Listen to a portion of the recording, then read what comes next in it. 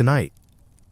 we drift back to a time before the stars had names, before the first world knew light, guided only by the oldest stories ever spoken around ancient fires. You are moving backward through time itself, and the further you travel, the quieter everything becomes, until sound itself seems like a luxury the ancient world could not yet afford. Imagine a vastness without horizon, without boundary, without the comfort of knowing where earth ends and sky begins. This is the world before memory, before language had learned to carve shapes out of silence, before any being human or otherwise could claim dominion over even a single grain of soil or a single breath of wind. The darkness here is not merely the absence of light, you understand, but rather a presence unto itself, thick and patient and eternal, pressing down upon everything that might someday exist. Around you, or beneath you, or perhaps within you, because direction loses all meaning in such a place. There exists nothing and everything simultaneously, a contradiction that only the oldest stories dare to hold without flinching. The earth, if you can even call it earth, lies dormant and waiting, not fully formed, not yet dreaming of what it might become. If you have ever stood in a cave so deep that you cannot remember the last time you saw sunlight, you know only a fraction of this darkness, for even the deepest cave remembers the sun exists somewhere above. This darkness remembers nothing. It holds no hope, no despair, only a kind of eternal indifference, and perhaps that is the most frightening thing of all. You probably won't survive this, so before you get comfortable, take a moment to like the video and subscribe, but only if you genuinely enjoy what I do here. I'd love to know where you're listening from tonight too.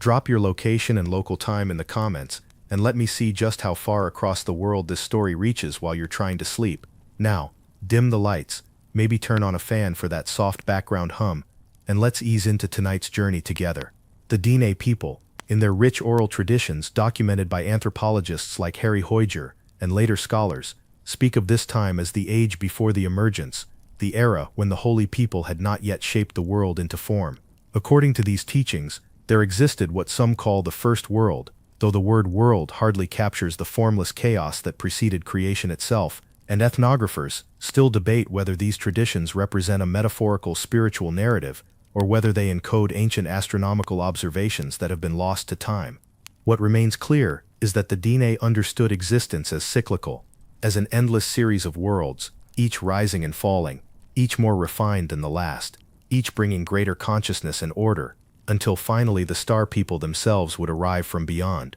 In this first world of darkness, certain elemental beings existed, or perhaps they did not exist but simply were, present in the way that hunger is present in an empty stomach, formless but undeniably real. Some of these beings, according to whispered traditions that have passed from grandmother to grandchild across centuries, were not hostile but merely incomplete, unable to think clearly, unable to organize themselves, unable to comprehend that existence itself might be something other than this endless, suffocating darkness. The silence in this age was profound beyond measure. There was no birdsong because no birds had learned to sing. There was no wind through trees because no trees had learned to grow. There was no water flowing because water had not yet learned to move in the direction that would eventually become down. The very concept of motion had not yet been invented by the universe, and so everything remained perfectly still, perfectly unchanging, perfectly aware that something, someday, would have to arrive to break this spell of eternal stagnation. The earth beneath this darkness was not soil, not rock, not anything with a name that makes sense to modern ears. It was potential, raw and untempered, waiting the way a child waits for something they cannot yet imagine. Anthropologists who have studied southwestern creation narratives note that many of them share a common theme. The world does not begin with a bang or a creator god emerging fully formed, but rather through gradual, almost reluctant emergence, layer upon layer, with mistakes and false starts along the way, which some scholars argue mirrors the actual geological layering of the Southwest itself, though the connection between poetic metaphor and literal earth science remains one of those delightfully thorny questions still debated among ethnographers and geologists alike.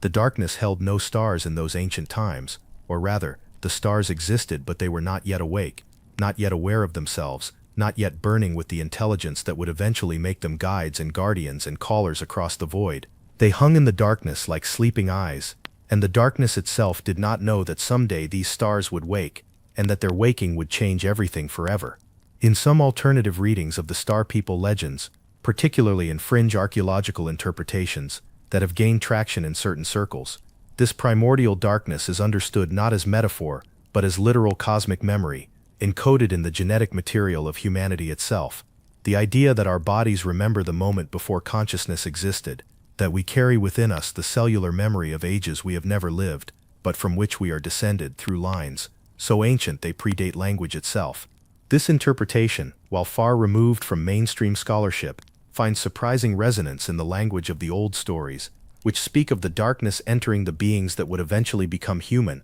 as if consciousness itself were a gift downloaded into flesh, waiting to be activated. The waiting of this age was extraordinary. Not active waiting, not the waiting of someone watching a pot come to boil, but rather the waiting that exists when nothing is even aware that waiting is occurring. The universe was patient because it had no reason to be impatient. The earth was still because it had not yet learned why it might move. And somewhere, unimaginably distant, inexpressibly ancient, beings of starlight and cosmic knowledge moved through their own dimensions, unaware yet that they would someday be called, unaware yet that they would someday descend, unaware yet that they would someday find themselves responsible for a world and beings they had not themselves created, but which they would be asked to help refine, guide, and eventually leave behind, transformed but not entirely understood, ready for the next age, but forever bearing the marks of this one, the age of darkness and silence, and waiting, the age before the star people knew they were needed. Out of this darkness,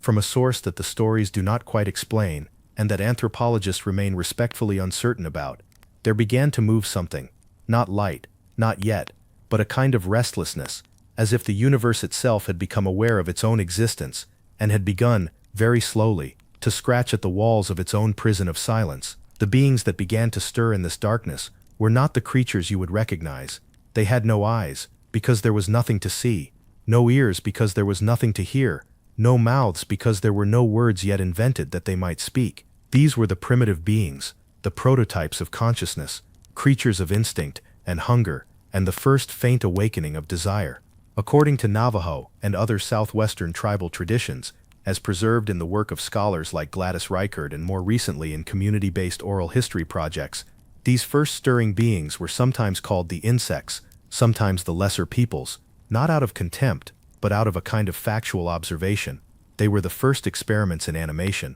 the first attempts by the cosmos to create something that moved, something that responded, something that was no longer merely waiting but had begun, however dimly, to want. The darkness during this age was no longer absolute. It had become a kind of twilight, a purple-gray murk in which shapes could be barely distinguished from their shadows, in which distance became meaningless because you could not see far enough away to perceive any distance at all. The unnamed stars, still sleeping above, began to generate a faint luminescence that barely reached down through the layers of mist and void that separated the sky from the earth. And this faint glow was the first indication that change was coming, that the age of absolute darkness was beginning to fade, however slowly, however reluctantly. The mist that now filled this space became the primary element of existence during this age. It was not quite water vapor, not quite solid, but rather something in between, something that could be breathed and walked through and lived within. And the primitive beings that stirred in this twilight world learned, gradually, to move through the mist, to navigate it, to make it part of themselves. In one alternative interpretation, particularly favored by some esoteric researchers exploring the connection between Native American traditions and broader cosmological theories, the mist itself is understood as consciousness in its most primitive form, the tangible expression of awareness beginning to crystallize out of the void, matter and mind becoming inseparable in the way that modern physics suggests they always were. This reading, while speculative and far from mainstream scholarship, finds poetic support in the consistent emphasis the old stories place on mist and fog as the medium through which the early world developed, a hint perhaps that the universe was learning to think, and that thought itself had texture, had substance, had the capacity to be walked through. The silence of this age was broken occasionally by sounds that had no names, because sound itself was still learning to exist. A rumble might echo through the mist, but was it the earth moving, or was it something inside your own consciousness? A whooshing sound might carry past, but was it wind, or was it something alive, something aware, something trying to communicate? The primitive beings that moved through this twilight began to make sounds of their own, not yet words, not yet even organized language, but rather the first attempts at expression, at making the void acknowledge that something besides itself existed in the darkness. According to ethnographers studying the variations in creation narratives across different southwestern peoples, including work by various tribal historians and cultural preservation projects, there is remarkable consistency in describing this Middle Age as a time of gradual awakening, of consciousness emerging like a creature from hibernation, stretching and yawning, and slowly understanding that sensation itself was something to be cultivated. And yet the exact nature of this awakening remains a question still debated among ethnographers working across linguistic and cultural boundaries, particularly regarding whether these narratives preserve memories of actual developmental stages in human consciousness, or whether they represent philosophical speculation about existence itself. The Earth during this time was becoming more real, more substantive, more willing to hold things upon its surface. Rocks began to develop texture, soil began to accumulate. The boundary between Earth and not Earth became clearer, though still soft at the edges, still subject to change. The primitive beings that moved through the mist and across this slowly solidifying Earth began to develop patterns, to establish territories, to claim certain areas as their own, though they could not have articulated why they did so. They were driven by forces they did not understand, following instincts that had no origin story, moving toward goals they could not yet conceive. The waiting continued during this age, but it was no longer a passive waiting. The universe was waiting for something, certainly, but now the waiting was active, purposeful, driven by intention that seemed to come from outside and beyond, as if something vast and distant was pulling all of this into being through sheer force of will. The mist grew thicker in some places and thinner in others. The twilight deepened in some regions and lightened in others. The primitive beings, in their stumbling way, followed these patterns, migrating through the half-light, seeking something they could not name, driven by hunger that was not quite hunger because they did not yet know what food was, compelled by curiosity that was not quite curiosity because they did not yet know what knowing meant. And the unnamed stars, still hanging above the mist and the darkness and the slowly awakening Earth, began to pulse with a rhythm that almost seemed like intention, almost seemed like consciousness, almost seemed like the stars themselves were keeping time to a music that the Earth below could not yet hear, but was beginning to sense through bone and blood, and the first stirrings of nervous systems that had not yet learned to transmit sensation clearly. The beings that moved through this age were not alone, though they did not yet understand the concept of aloneness or togetherness. They encountered each other in the mist, sometimes fleeing, sometimes advancing, sometimes simply passing through the same space without fully registering that anything else was there. They began, without any conscious effort or intention, to affect each other, to change each other, to pass something invisible from one to another, that would eventually be called culture, though culture was still a thing of instinct rather than understanding. The silence was being pierced now, not constantly, but regularly, by sounds that were learning to mean something. A particular sequence of grunts might be repeated,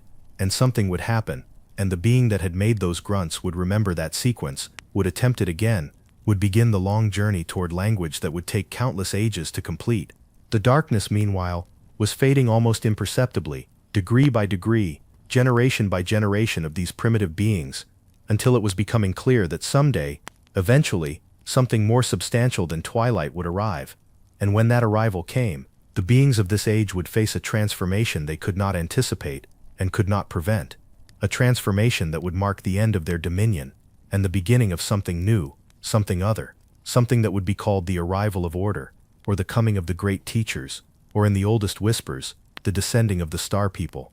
As you continue backward through time, or forward, the direction becomes confused in this narrative of deep history. You encounter an age that is perhaps the most melancholy of all, an age in which civilizations rose and fell without ever understanding their own rise and fall, an age in which humanity had begun, in various corners of the slowly solidifying Earth, to organize itself into communities, to develop practices and beliefs and traditions, to carve marks into stone and bone, to plant seeds and watch them grow, and yet none of these civilizations, for all their ingenuity and effort, seemed to remember that they were not the first, that they had not invented the wheel entirely on their own, that some knowledge seemed to come from outside themselves, delivered by teachers they half remembered and mostly dismissed. The mist that had characterized the previous age was beginning to thin, and in some regions it had lifted entirely, revealing landscapes of stunning variety, mountains that touched the sky, valleys that held ancient lakes, deserts that seemed to stretch beyond the edge of the world itself.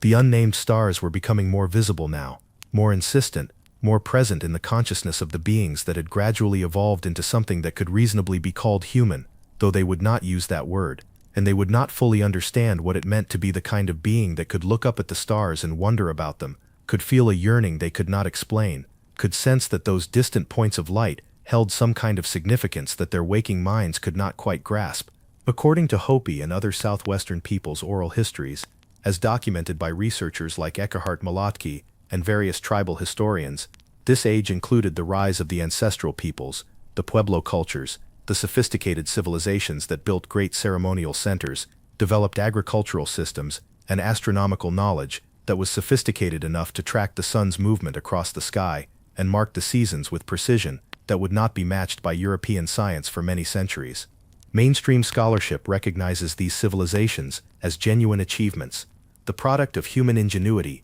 and culture developing over centuries, and yet there remains a persistent undercurrent in the oral traditions, a sense that some knowledge came from elsewhere, some instruction from beings who understood mathematics and the stars in ways that could not have been discovered through trial and error alone, a question still debated among ethnographers and historians regarding the extent to which specific technological or astronomical innovations emerged from local development versus cultural transmission from unknown sources. In fringe interpretations of these traditions, ones that have developed in certain alternative archaeology circles, the image of the ancient teachers is understood not as metaphor or myth, but as literal contact with extraterrestrial beings, visitors who arrived by some unspecified means and imparted knowledge that was then encoded in the sacred stories and astronomical alignments of the monuments these peoples left behind, a reading that, while incompatible with mainstream archaeology, does note with some curiosity the precision with which ancient peoples tracked celestial objects and the prominence of sky beings in their myths and rituals. The silence that had characterized the earlier ages was gone now, replaced by sound, the sound of ceremonial drumming, the sound of languages becoming more complex and articulate, the sound of people calling to each other across distances, the sound of civilization awakening and developing and creating the infrastructure of organized society. Yet this very noise, this abundance of sound and activity and construction, seemed to create a kind of deafness, a forgetting, as if the development of one kind of consciousness inevitably meant the loss of another kind. The beings of this age began to forget the very recent past from which they had emerged, began to treat the primitiveness of their ancestors, not as part of their own history, but as something alien and shameful and better left unspoken about. Many of these civilizations, as they grew more sophisticated, developed increasingly elaborate mythologies to explain their own origins, and in doing so, they began to lose touch with the genuine history of emergence from darkness and mist and primitive awakening.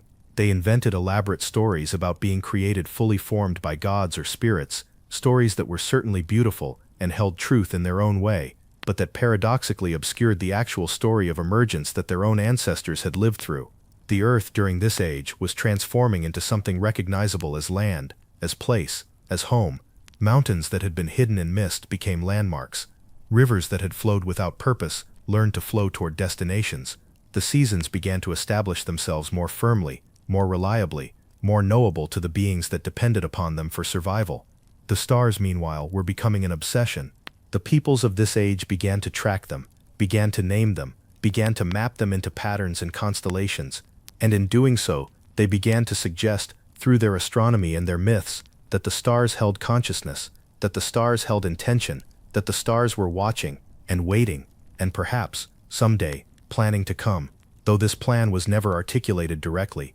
only whispered in the margins of ceremonial knowledge, only hinted at in the architecture of sacred places that seemed deliberately aligned with celestial objects that would not be fully understood for many centuries more. The civilizations of this age rose with confidence, building great structures, developing complex social hierarchies, creating art and music and literature that would survive into the present day. Yet each civilization, as it reached its height, seemed to develop a curious blindness about what would come next, seemed to believe that this form, this order, this particular way of organizing society would continue forever, and none of them seemed to remember, or perhaps all of them had forgotten, that before them there had been others, and before those others there had been primitive beings stirring in the mist, and before that there had been ages of darkness and waiting, and that the pattern might continue, that change might come from outside, that order might once again give way to transformation. Some of these civilizations thrived for many generations, accumulating knowledge, developing increasingly sophisticated systems of governance in agriculture and spiritual practice.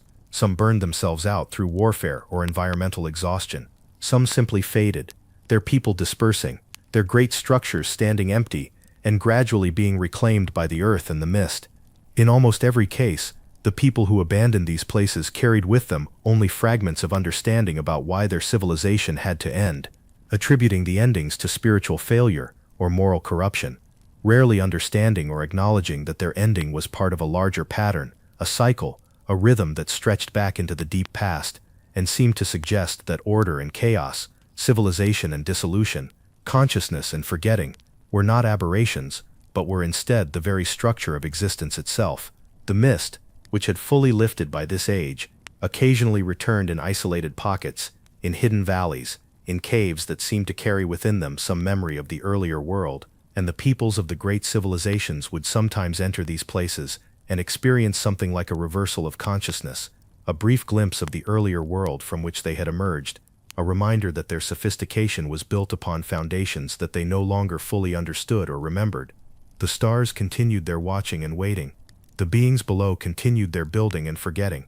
The age itself continued its arc, its rise and fall, its slow transformation of mist and darkness into something recognizable as landscape, as place, as world, until finally, toward the end of this age, certain shamans and priests and keepers of secret knowledge began to develop an awareness that something was shifting, that the age was coming to an end, that the familiar patterns were beginning to dissolve, and that something was coming from beyond the horizon, from beyond the edge of the world, from beyond even the stars themselves, something that would arrive soon, something that would transform everything, something that could not be stopped or prevented but only prepared for, welcomed or feared, and the question of whether these premonitions were genuine visions of the future or simply the anxiety of a civilization beginning to sense its own decline would never be entirely answered, because events would overtake interpretation and the age of forgetting would begin, itself to be forgotten. As you drift even further back through the layers of time, you begin to sense a change in the atmosphere itself, a quality of anticipation that seems to thicken the air,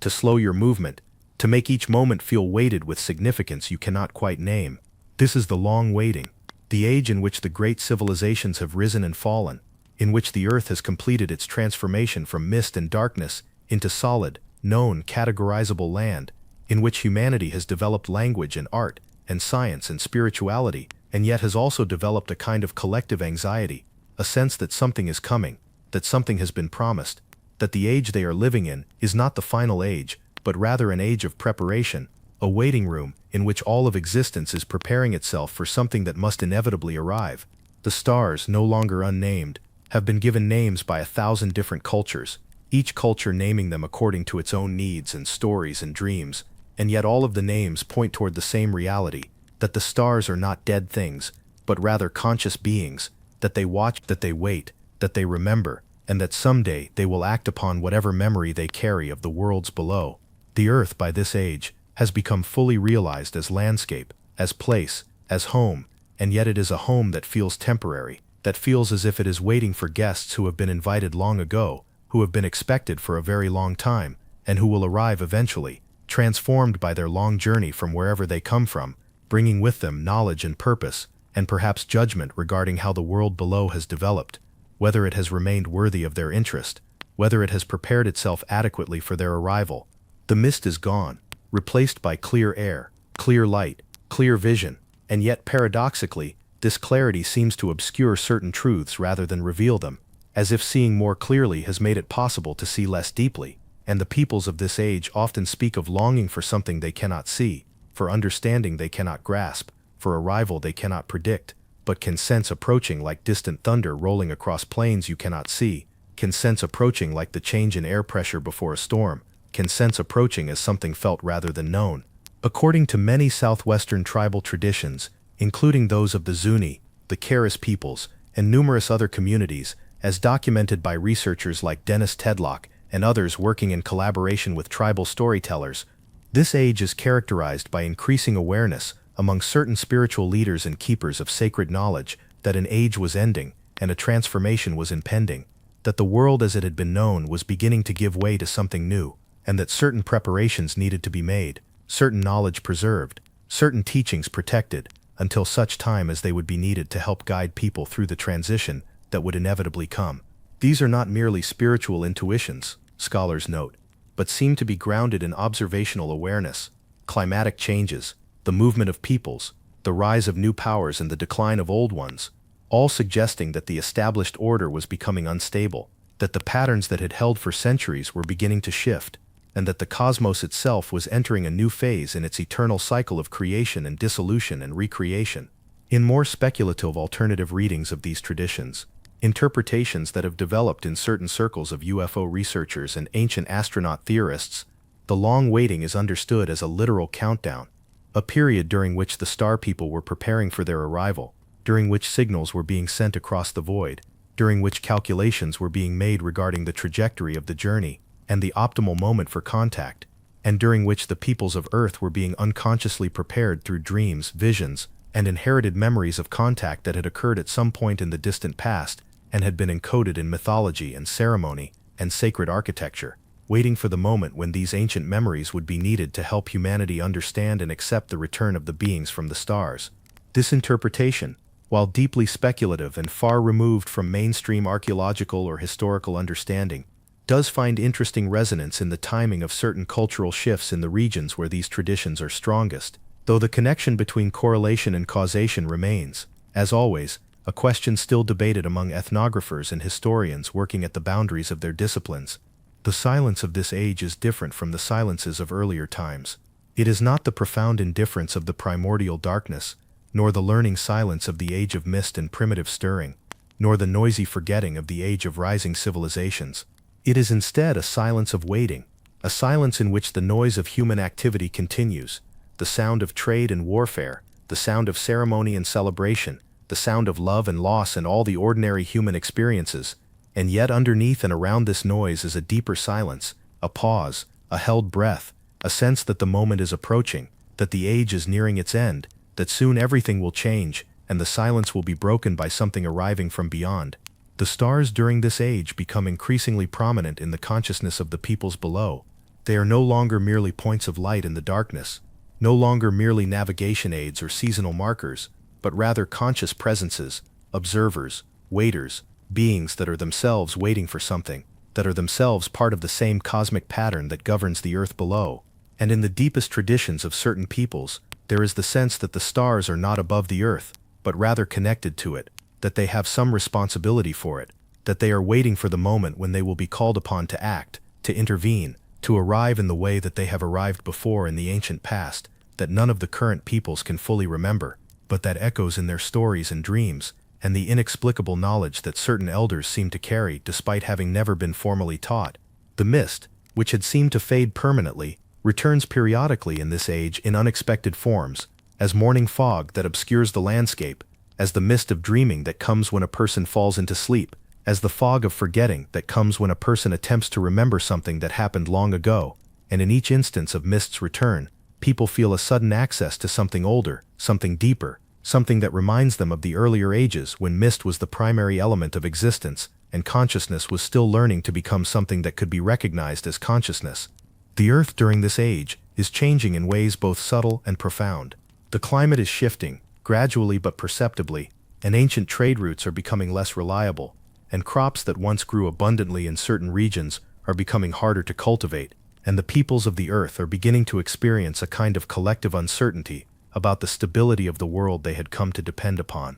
A questioning of whether the age they are living in is truly as eternal and unchanging as they had assumed, and a growing awareness that change is not something that happens to other peoples, to earlier peoples, to lesser peoples, but something that is beginning to happen to them, right now, in their own time, in the world they inhabit, and that they are not prepared for this change, because they have convinced themselves that change is something that happened in the past, and will not happen again. And yet the most sensitive among the peoples of this age, the shamans and the dreamers, the visionaries and the keepers of old stories, the grandmothers and grandfathers who carry wisdom that predates language, are beginning to whisper to each other that the change is not something to fear, but something to prepare for, something to welcome, something that has been promised, something that was foretold in the earliest stories, something that is part of the pattern that goes back to the very beginning, back to the darkness and the mist and the primitive stirring, back to the waiting that has characterized all of existence since the very start. The long waiting is coming to an end,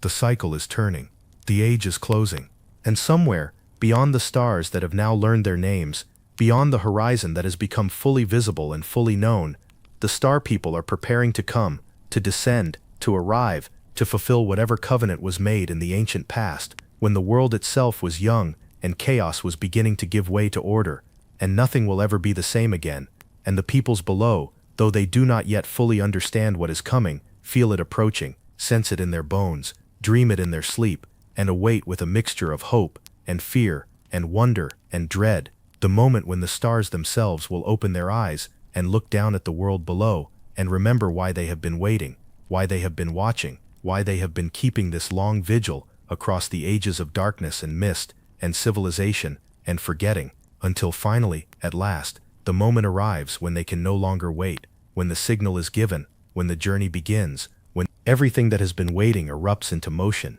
and transformation, and the revelation of truths that have been hidden since the beginning of time itself. As you rest here in the liminal space between the worlds, between the age of waiting and the age that will follow when the star people finally arrive, take a moment to recognize what you have journeyed through tonight. You have traveled backward through time itself, passing through layers of history and prehistory and mythological memory that exist in all of us, encoded in our deepest consciousness, remembered in the stories our ancestors told around fires that have long since gone out, but whose smoke still drifts through the chambers of our minds. The journey you have made tonight follows the chronology that the oldest stories preserve, the narrative arc that stretches from primordial darkness, through mist and emergence, through the rise and fall of great civilizations, through the long patient waiting that characterizes the age before the star people's arrival. And in each of these ages, you have encountered the same fundamental truths, that consciousness emerges gradually, that knowledge can be forgotten, that cycles are the fundamental pattern of existence, and that waiting is not passivity, but rather a form of strength, a kind of patient power that endures long after the noise of immediate events has faded away.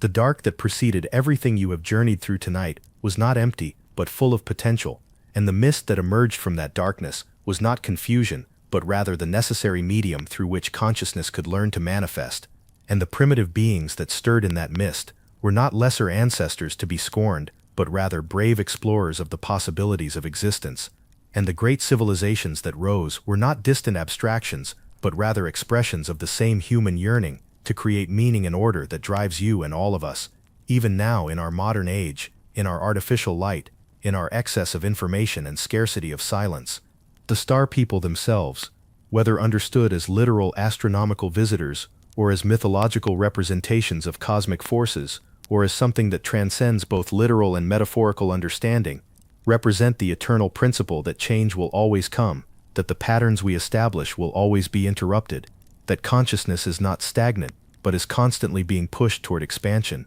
toward understanding, toward the incorporation of new knowledge and new perspectives. The scholars and researchers who have studied these traditions, the anthropologists and ethnographers and historians who have worked to preserve and understand the stories that would otherwise be lost, have given us a gift, the recognition that the peoples who told these stories were not primitive in their thinking, but sophisticated in their understanding of cosmic cycles and human consciousness, that their myths are not merely entertainment or spiritual comfort, but rather sophisticated philosophical and astronomical knowledge encoded in the form of story, and that when we listen to these stories, we are listening to the voices of people who understood something fundamental about the nature of existence that our modern minds, for all their technological sophistication, have often forgotten. The waiting that characterizes the age before the star people's arrival is something that all of us experience in our own lives, in smaller forms and shorter time frames. The waiting before a significant life change, the waiting before you understand something that has long confused you,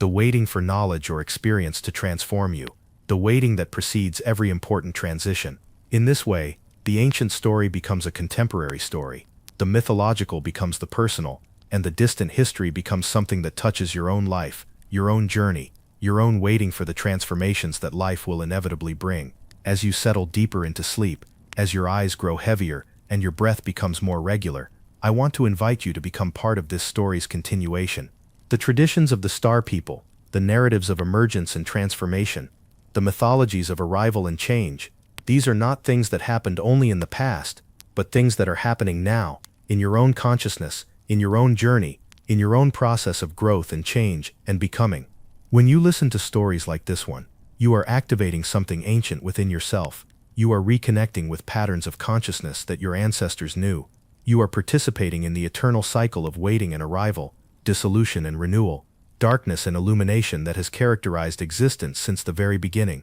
I want to thank you for journeying with me through this long tale of the ages before the Star People arrived, for sitting with the darkness, for walking through the mist, for witnessing the rise and fall of civilizations, for feeling the patience of the long waiting. Your willingness to engage with these stories matters. It keeps the traditions alive. It honors the ancestors who first spoke these words around ancient fires. It plants seeds of understanding and curiosity in your own mind that will grow and develop in ways you cannot yet predict. If this story has resonated with you, if you have felt yourself transported to those ancient ages, if you have sensed something true and important in the narrative of emergence from darkness toward light, then I would be deeply grateful if you would like this video, if you would subscribe to the channel so that more stories like this one reach you in the quiet hours when you are most ready to receive them, and if you would share this with someone you care about, someone who might also benefit from the slowness and depth and ancient wisdom that these stories offer. In the comments section below, I would love to hear from you. Where are you listening from?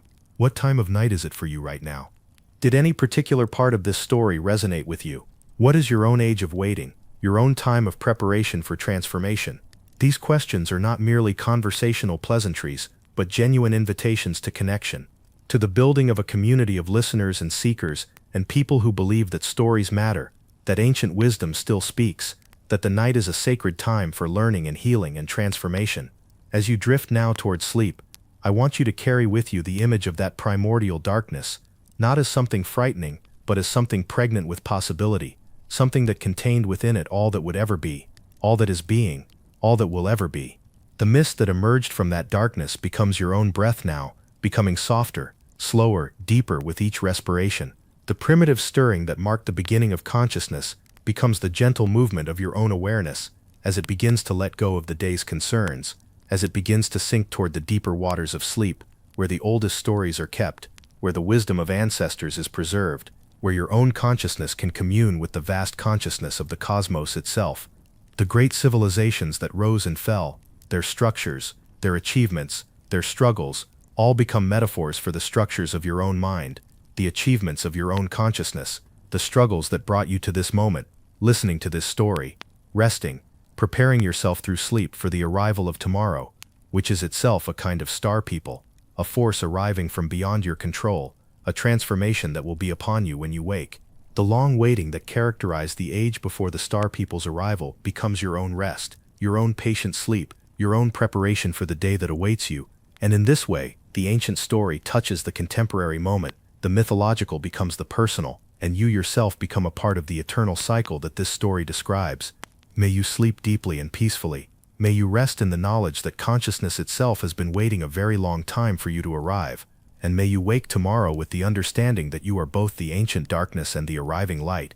both the mist and the earth, both the primitive stirring and the great civilization, both the long waiting and the arrival of the star people themselves. The story continues, eternally, in the silence of sleep, in the dreams that carry us forward, in the awakening that brings us back to ourselves renewed and transformed, touched by the infinite, remembering at last the very deepest parts of ourselves that have been waiting, always waiting. Since before time had names, since before the stars learned to shine, since before the world knew it was a world and knew that it was waiting for something, for someone, for the return of the ancient teachers, the arrival of the star people, the final transformation that would bring all the ages into their proper perspective and meaning.